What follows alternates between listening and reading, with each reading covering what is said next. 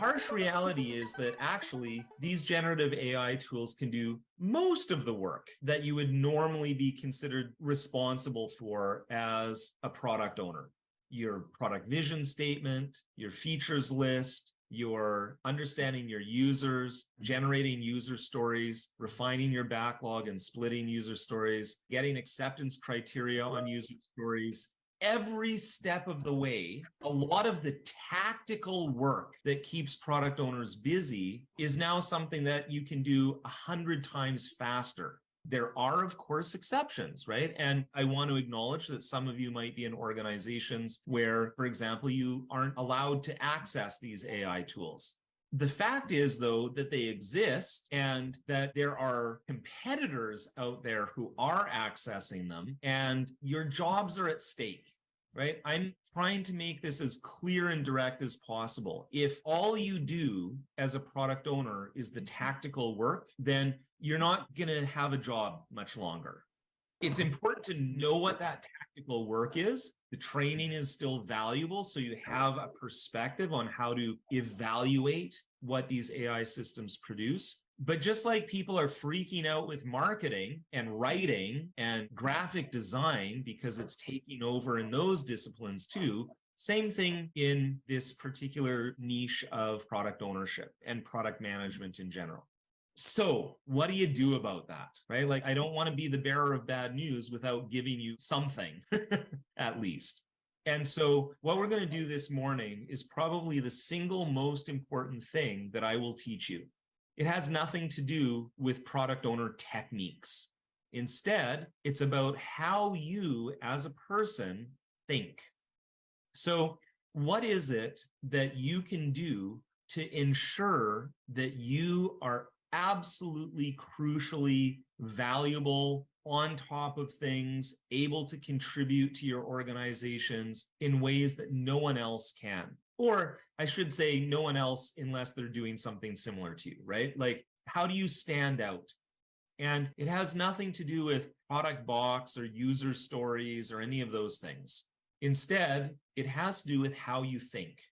Your thinking skills are the only thing that can differentiate you at this point.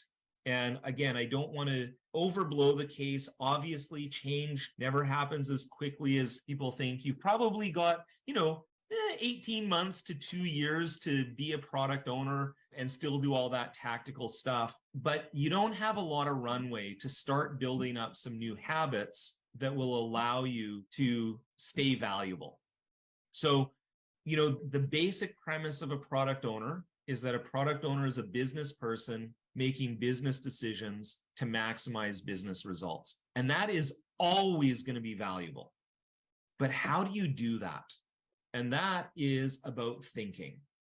So one of the skills that I learned not too long ago, actually, I think I was first introduced to it about 1.5 years ago, which I've been practicing, is called thinking time. It's a really simple idea. It's basically that on a regular basis, at least weekly, you set aside some focused time for thinking. And what do you think about? Well, the fundamental question of thinking is that the genius comes from the question, not from the answers. The genius of thinking comes from the questions that you ask yourself, not from the answers. And the fundamental question that you should always be asking yourself is, what don't I see? What are my biases, my prejudices, my blinders? What don't I see that, if I see it, creates even more value for my stakeholders? So when we do thinking time, in the background is always that question, what don't I see? The trouble is, when you ask yourself that question, if you don't give yourself enough time, your cognitive biases will prevent you from seeing anything new. So you have to give your brain time in order to get past the biases. There's a great book that, if you're interested in this topic in more depth, you should read. It's called Thinking Fast and Slow. There's so much in there, but it's basically about cognitive biases related to statistics and business and stuff like that. Very, very interesting. But the premise is that if you think fast, all your cognitive biases are just there. You don't have any way of overcoming them. And so you have to think slow. And thinking time is a way of forcing yourself to think slow. So in real life, what you do is, first of all, over the course of a week, you prepare some important questions that you need to think about. And with the one question in the background always being, what don't I see? But you can be more specific. They can be strategic questions. They can be tactical questions. They can be business questions. By the way, you can use this for your personal life as well. So you prepare a short list of questions that you're going to work on during your thinking time session. I typically, personally, find somewhere between 2 and 4 questions, 2, 3, or 4 questions is about right. And I'm going to give you some examples for product ownership in a few moments, but this can be a very broad type of question. There's actually a book of thinking time questions called The Road Less Stupid by Keith Cunningham. You know, if you're interested in looking into some of these, it's more business oriented than even a product owner necessarily. It's more for entrepreneurs, but there's still a lot of great stuff in there. So you prepare some questions. Then the technique that you use for thinking time is really important. The core idea is that there's no distractions from the actual thinking. And so what you do, you have a notebook with blank paper or just loose blank paper, a single pen with a single color that's easy to write with, that you don't worry about running out of ink or anything like that, black or blue. Don't worry about fancy colors. You don't want distractions, and no electronics. Other than maybe setting an alarm and putting it on airplane mode, you can have your phone for a timekeeping device, but you don't look at it during thinking time. Thinking time is at least half an hour. If it's shorter than that, it typically won't get you quite the same results. 45 minutes is what's recommended. And during that 45 minutes, you start by writing the questions at the top of a blank piece of paper. And then, really important, you immediately, below the questions, you put a little dash at the beginning of a line. And that dash tells your brain to come up with something, an answer. You write down an answer, immediately write another dash for a new line. Keep doing that. Keep doing that. Now, what's going to happen is typically the first 10 minutes or so, you're going to come up with a lot of obvious answers. These are the ones that are the fast thinking answers. They're the ones that are obvious. They're the ones that are based on your current biases, cognitive biases. Then the next 10 to 20 minutes feel hard. Not much is coming out. And you might come up with some things that seem really ridiculous and may even be, but you keep working it. You keep pushing through the hard part of thinking time.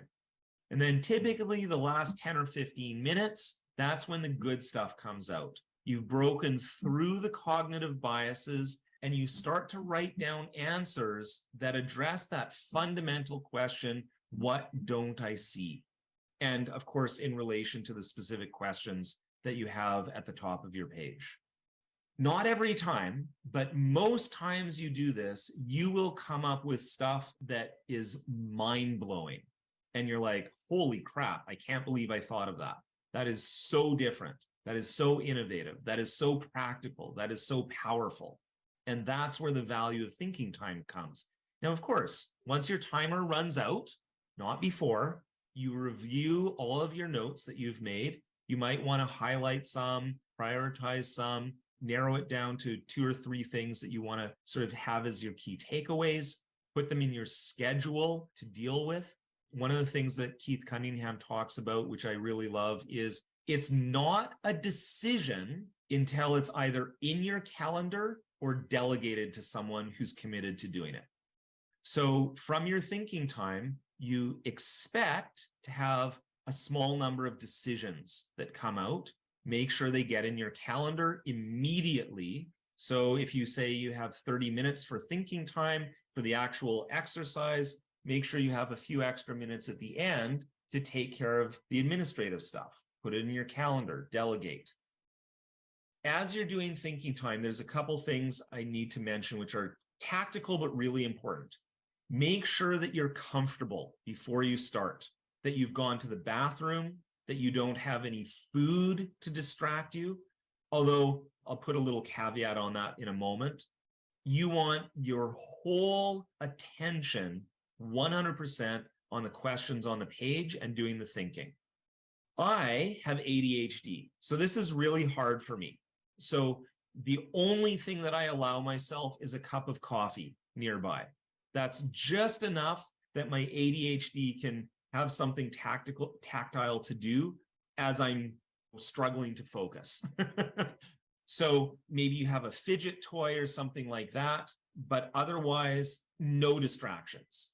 You need to make sure, if you can, to be in a room where you're alone. There's no pets, there's no kids, there's no spouses or anything like that. It's just 100% focused.